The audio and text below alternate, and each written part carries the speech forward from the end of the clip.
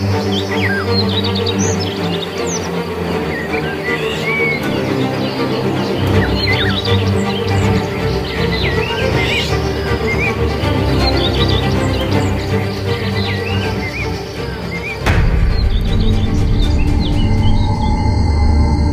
alas 12 ng gabi ay nakakita ako ng bulang apoy.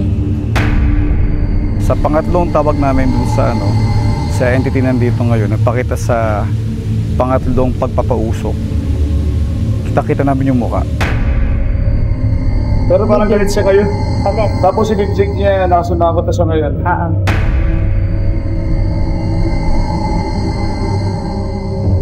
Nandito kami ngayon sa Nagkaran, Laguna. Papunta kami ngayon sa Paliguan upang maramdaman kung ano man ang mga kababalaghan na bumabalot sa lugar na yon. Ayon sa mga usap-usapan ng mga taga dito, ay meron daw mga kababalaghan na hindi natin nakikita ng ating mga mata ang meron sa lugar na yon. Ang Paliguan na yon ay ituturing ng mga tao na nakapagpagaling. Pero sa kabila ng bagay na kaya magpagaling, ay meron din mga kababalaghan na mga nababalita. Engkanto, espiritu, o naman mga elemento ang meron sa loob ng paliguan. Nakakatakot, nakakabahala. Pero pupuntahan natin at titingnan natin kung ano nga ba ang mayroong milagro sa loob ng paliguan. Ako po si Rebecca Abapo. Tagtubong Baybay Liti. Ang edad ko po ay 70 years old na. Ang alam ko dyan sa paliguan, dati kasi dinadayo yan ng tao dito kasi nakakapagpagaling yung tubig na yan. Ngayon, hanggang sa ngayon naman, ilang taon na ako dito, 25 years na ako dito, ay dinadayo pa rin yan kasi nakapagpagaling yung tubig na yan. Kasi what nangyayari yun sa akin noong ako'y may ginagamot doon sa pataas ng paliguan. So alas 12 ng gabi ay nakakita ako ng bulang apoy.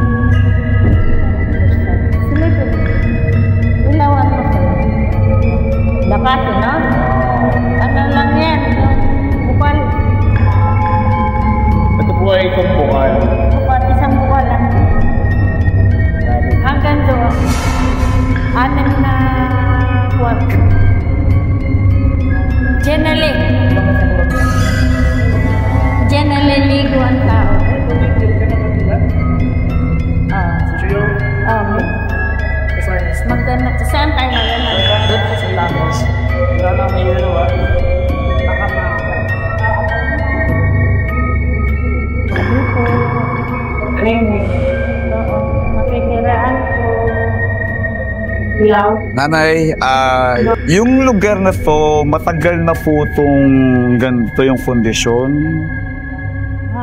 Matagal na. Matagal na. Matagal na gusto'y laging saan lugar na dinadawi ito, maliligo. Ito po ay bukal, yung tubig na narinig po na yung bukal to. Walang tigil po yan. Walang tigil. Actually guys, kung dito kayo ngayon, mapapasin nyo talaga, madilim yung lugar, tapos walang katao-tao ngayon. Ang oras namin 11:30, malapit na mag alas 12, ay kasama ko ngayon si Nanay Vicky. dito para i-guide tayo na taga Nagkailan, isang lokal. Ayan. Ikutin namin yung paligid at maya-maya gagawa tayo ng isang simpleng ritual para magkaroon tayo ng communication sa mga elemento kung meron man dito. At sana Nanay Vicky, huwag tayong takutin kung meron man dito sa paligid. Okay. May mga kwento ka bang... pero may mga kwento po ba kayo rito na talaga nakakapagpatas po ng balahibo? Dito nga ako na nakasalubong ng bulang kasi. Ayun po ay santal. Santal mo po, ano kung tawagin?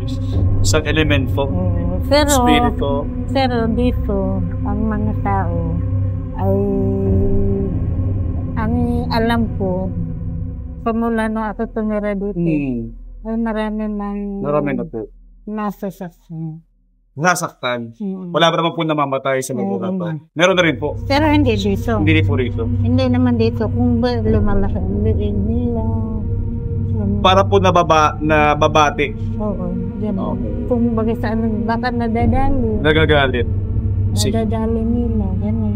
Siguro mas mabutin, mamaya before kami masyal, hingi tayo muna ng permiso sa mga elemento na meron sa lugar na to.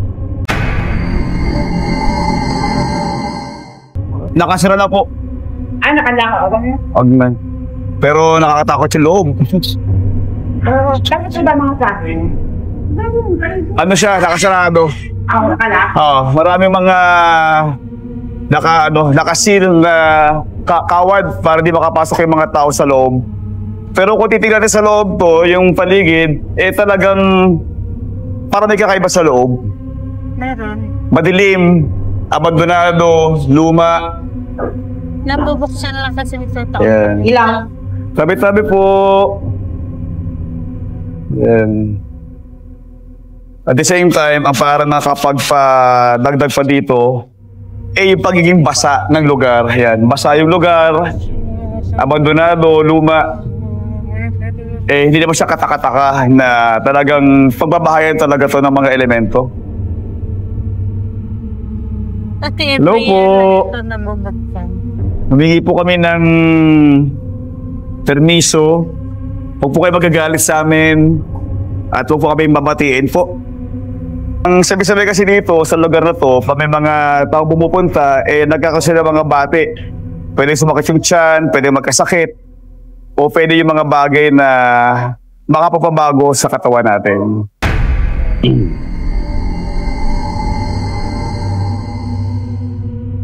Ang ginagawa po natin ngayon ay isang bagay na po tawagin natin po ay pagkatawas po. Hindi natin itapusan ngayon ng kahoy at puso.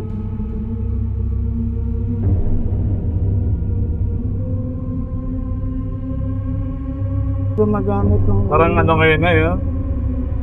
Medyo matagal. Marami. Kasi ang ginagawa ko nito, inihiwa ko ng maliliit-liit. Opo. Para mas mabilis siya. Mabilis.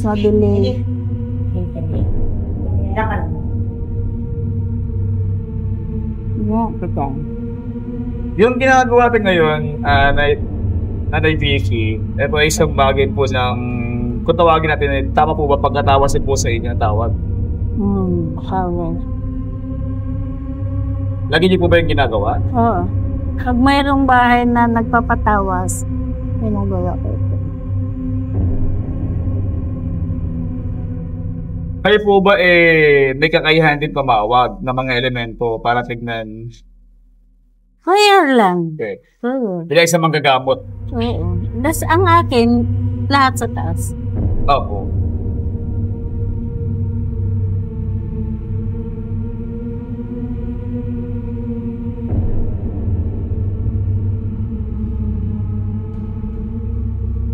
Dasal lang lahat ng action. Ano pa nga dito yung Ano pa ito may ano na? Tumawag siya ng pagdam. Dan. Ano? Parang... Mukha. Parang dumating nga kung ikbalang o kaparang. Ito, mukha siya to. Ito, Ano? mata, ilo. Pero yan nga. Marami.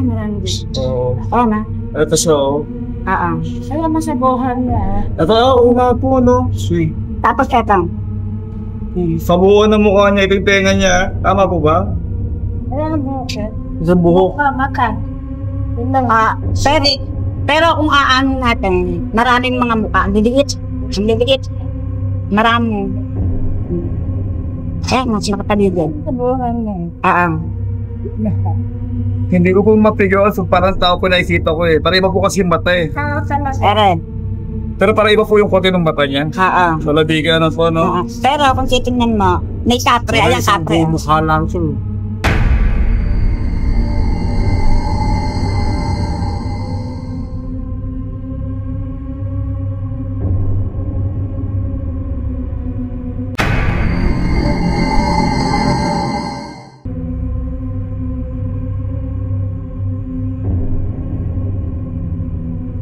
Papahawak.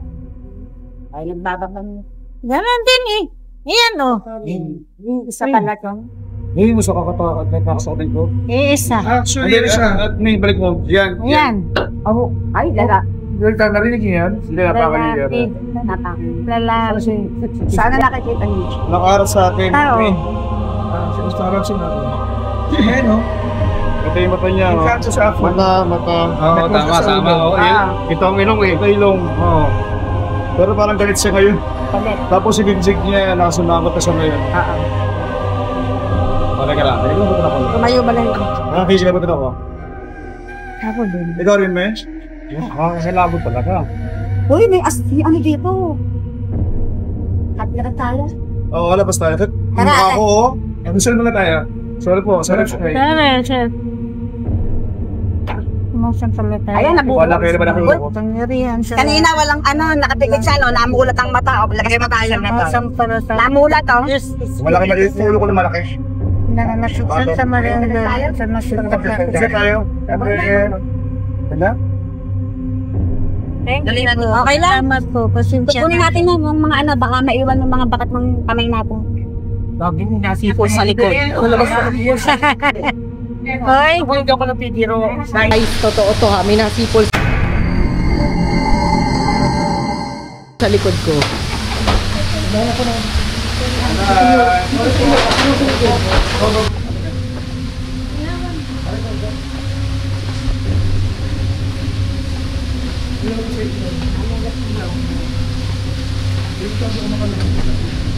May nasipol sa likod ko, gago. Kanina nakapikit to eh. Biglang nagmulat yung kabaa ng mata. Nagmulat yung mata. Ang kabaa. Ay, gago. Ilawan mo, mami. Hoy. Kanina nakapikit. Ito kami ngayon sa may tubigan sa may Nagkarlan na sa pangatlong tawag namin dun sa sa entity nandito ngayon, nagpakita sa pangatlong pagpapausok. Kita-kita namin yung mukha. Umalis kami kasi lumalaki na yung namin, akilabot. Yung pakiramdam ko, yung ulo ko lumalaki kanina. Batok, tapos yung balahibo ko sa ulo, tumatayo. Hindi lang pala ako yung nakaramdam. Lahat kami. Tapos kanina habang gumagawa ng dasal si Nanay Vicky, hindi ko alam kung nasa utak ko lang ba yun. Pero may narinig akong parang isang tulog ng baka na medyo malayo. Hindi ko alam kung ano yung tulog na yun. Pero parang tulog hayop eh, parang baka. Yun. Pinakita yung mga mukha. Ay, kita ko kaagad. 3 mukha ang nakita ko. Kada kada tawas niya ng papel, nakikita ko kaagad ang mga mukha.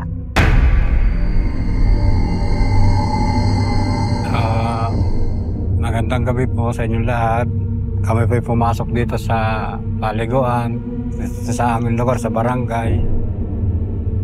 Meron pong nakita kaming 3 ulo na kakakilakilabot. Ang mga kasama ko, hindi lang ako nakaramdam, kaming lahat. Yun lang po ang aming nakakon dito. Kaya may kami ng pasensya sa kanila. Maraming salamat.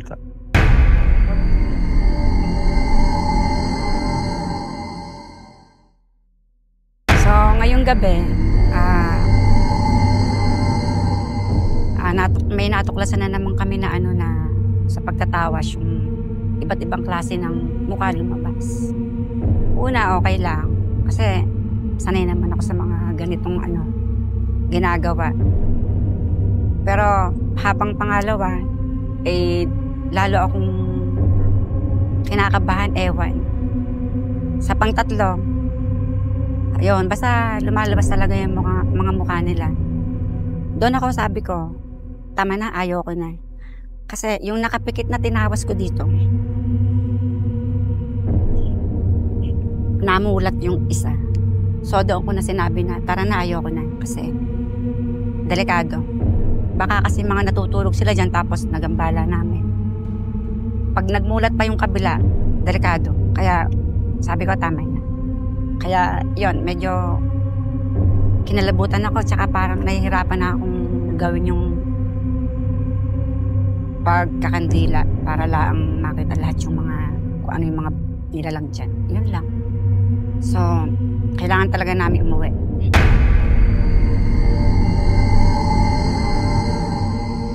First time kong nakasama sa ganito, hindi talaga ako sumasama. First time talaga lang. Iba yung naramdaman ko. Biglang tumayo yung balahibo ko.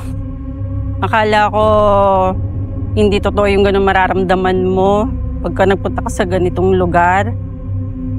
Basta iba talaga. Kinakabahan ako na hindi ko maintindihan. Lakas loob na sumama kahit ayaw ko.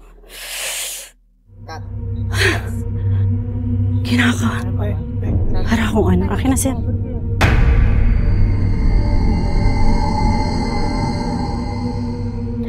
Ang naramdaman ko po nung una, wala lang. Kahit nung nagsilid ako, tinignan ko, kasi mahilig ako pag ako talaga nagsumasama ng ganito, kasi hindi naman ako matatakutin. Iniispitan ko lahat ng anggulo, yung lahat ng lugar. Nung pag na nila, nung last na sa unang tawas, wala ako naramdaman. Yung sa picture, pangalawa, wala.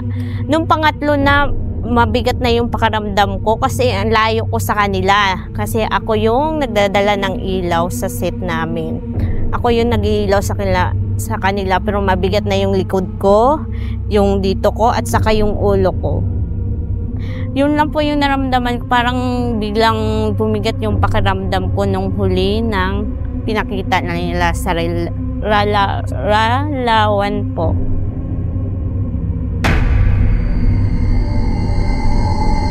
Okay, so ako si Jim, ako yung may hawak ng camera. So ngayon, kakaiba yung experience dito.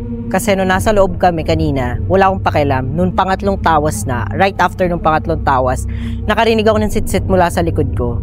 And then yung time na nakaramdam si Ate Fe ng bigat sa likod niya. Kaya feeling ko, ayun na yung sign na pinapaalis na nila kami kasi nagagambala na namin sila. So muli, humingi po ako ng patawad dahil sa nagambala namin sa inyo. Dalangin ko po na sana po hindi nyo kami sundan sa aming mga pupuntahan pa. Yun lang po.